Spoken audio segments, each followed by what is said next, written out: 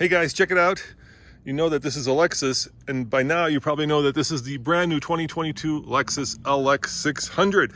And in this video, we're going to give you all the details. We're going to do a complete walk around, and best of all, we're going to show you the back seat of this ultra luxury model, and that's what it's called, the ultra luxury model. Now, as you know, the Lexus LX and the Toyota Land Cruiser are built on the same chassis, and unfortunately, we no longer get the Land Cruiser. So if you want a Land Cruiser, in America at least, this is your only choice. And it's not a bad choice because, let's face it, they're built basically in the same factory on the same assembly line in Japan. Now, there are different models, and this is the top of the line, like I said, ultra luxury, and you'll see why that's so. It actually only has, check this out, 4 seats. Yep, 1, 2, 3, 4. And you're going to want to stay tuned for this video when I show you the back of this, because it is pretty luxurious, as an ultra luxury vehicle should be. There's also the 2-row, and of course there is the 3-row. Now, it starts at about $86,000. If you get the F Sport, then we're looking at about $100,000, and this ultra luxury, $126,000. But let's start under the hood, because as you know, this shares, well, you might not know it, shares the same powertrain. Oops, hit the wrong button. I think I got the gas there accidentally. I sure did. Let's try that again. We want the hood latch working too fast. There's the hood latch. It shares a chassis and a powertrain with the Toyota Tundra that we have, and we're very happy with the Tundra powertrain. It's a 3.5 liter twin turbo. In this configuration, it puts out 409 horsepower and 479 pound-foot of torque, which is a lot, mated to a 10-speed automatic transmission. I'm going to get my cheat sheet here, and you're going to probably wonder what kind of fuel economy it gets. So let me show you. Toyota says, or the EPA says, or no, estimated. So Toyota says 17 city, 22 highway, and 19 combined, which is actually pretty good for a big vehicle like this. Now, the number that I'm always impressed by is that number. Yep, 8,000 pounds of towing, which is a lot, which immediately makes me wonder if this vehicle has a brake controller, because if you're towing 8,000 pounds, it would be very handy. You can get 20s, but now this luxury edition gets, of course, 22s, and you can also kind of get a blacked out grille. But let's see if this vehicle has a brake controller. And the answer is nope, it doesn't have a brake controller, but I suppose you could use kind of the system that we use, which is a remote brake controller. So let's talk about this interior, and specifically let's talk about all the new features here. So first and foremost, there's a cooled box in here, and I love how this opens. Check this out, guys. Look, you can open it from this side. Of course, there's your cooled box right there, or there should be a little way to open it from the other side, so it opens up both ways. How cool is that? So both the passenger and the driver can do it. We have, I don't think it's their suspension, the Land Cruiser and the LX has always had hydraulic suspension. We've got looks like a lockable center diff. And then for off-roading, we've got 4 high and a 4 low, which is great. Different modes, different drive modes, and of course, a crawl control, heated and cooled seats, and of course, a heated steering wheel. How could you not? So let's start it up and take a look at the screens. First and foremost, immediately notice that you have a rear view camera, which I like. I bet you that switches. Yep, that switches like that. So you can go traditional or you can go new school. And it also has Toyota's new infotainment system, which in the Tundra, some people like and some people have issues with because you have to sign into it. But here, it's much more modern than the old system. Of course, you've got navigation right there, right? You've got your music, your phone, your various car controls. Come on, give me your car controls. There you go, seat controls and settings down here. I'm becoming very familiar with that because I've been using it a lot in our Toyota Tundra. Now let's talk about your HVAC system. Of course, automatic dual zone climate control. But what I'm more interested in is, well, we don't want to put in a 4 low. Let's try the different drive modes. I think if we turn this, it changes it from normal to sport. Actually, that's comfort. We go to eco. Let's turn it the other way. Comfort, sport, sport plus. There you go. That's the one where it all turns red. And then if you're looking at off-road modes, I think this button should do that. So let's see. So right there, that gives you some off-road modes. Right now what I'm doing is I am raising the vehicle.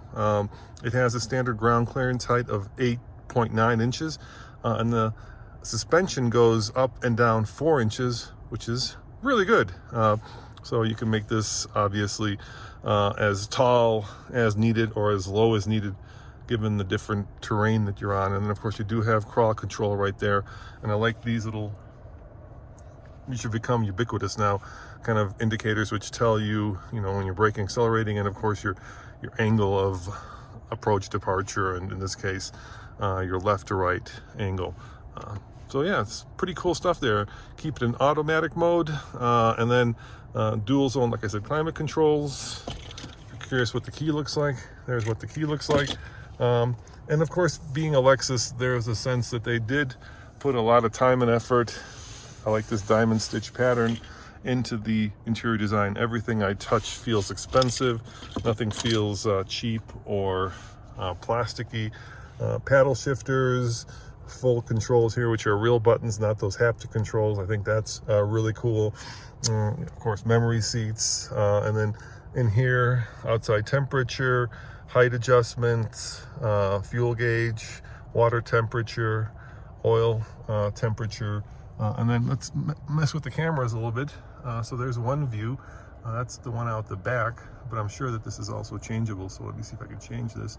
Oh, look at that, overhead view, front view. Oh, look at that. You can make the front of the hood disappear so you can see what's right in front of you. I like that a lot. This is your back view, and yeah, pretty cool. That's right there. It feels, expensive and luxurious, and yet relatively straightforward.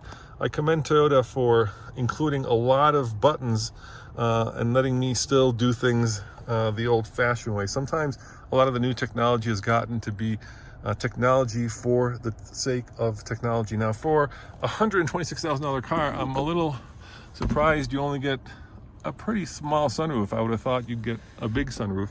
I mean, this has a Mark Levinson system, which has, well, let's look at the cheat sheet. I don't know, over 24 speakers, I'm sure. Speakers there, in the door. And then, of course, it has things like a traditional shift lever. How cool is that? And a Torsen rear diff. So somewhat lockable. We had one of those in our old Raptor and it worked really well. So it's not quite a full locker, but it locks when you need it to lock. And by the way, I will be doing a complete off-road review of this.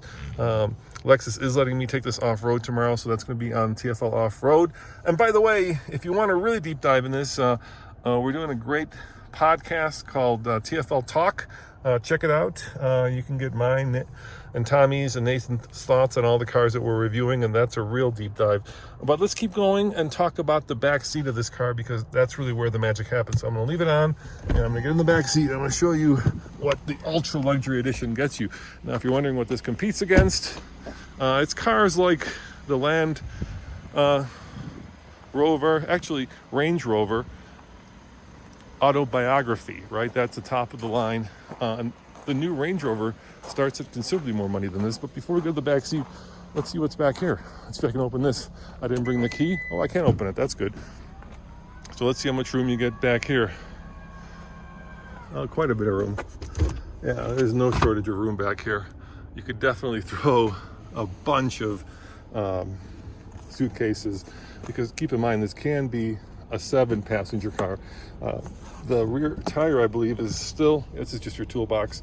The rear tire, I believe, is still underneath here in traditional truck fashion. Yep, so that hasn't changed. And then, of course, you have to be able to lock it and close it with the push of a button. All right, those probably not so great for off-roading, but then again, maybe if you want the off-roader, you get the GX. Now, check this out. That is not a lot of legroom for me, but I bet you I can sort that out with these controls right there. Close the door. So this, of course, being the vehicle that you want to be driven in and not drive, let me see what I can do with the seats here. So, oh my God, those are all the seats. So this is the magic button right there. And that button, check this out, moves that seat forward, and this seat, can you see it? It's reclining like a first class seat in an airplane. So now I get to lay back, but there's more, because where do I put my shoes? Where do I put my feet? Sorry about the shoes, but they're clean. Of course, you have to have a place for your feet if you're in first class, and this really does feel like first class. Check this out. Yeah, there you go. How about that? I am living large. Here, I'll I had to turn the camera on myself. I don't know if I want to be driven like this. I think I might be a little bit worried about it. Now, here's an interesting thing that Toyota has done. Of course, you've got individual heating controls back here, USB-C ports right there, phone charger right there. But I think that is a speaker. But this right there, that is a diffuse air vent. So you've got the traditional air vent right there, and then you've got another one. You can kind of see it. It's kind of dark. It's back here.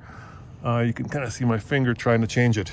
So all kinds of goodies, and of course little spotlights right there. There's a little spotlight.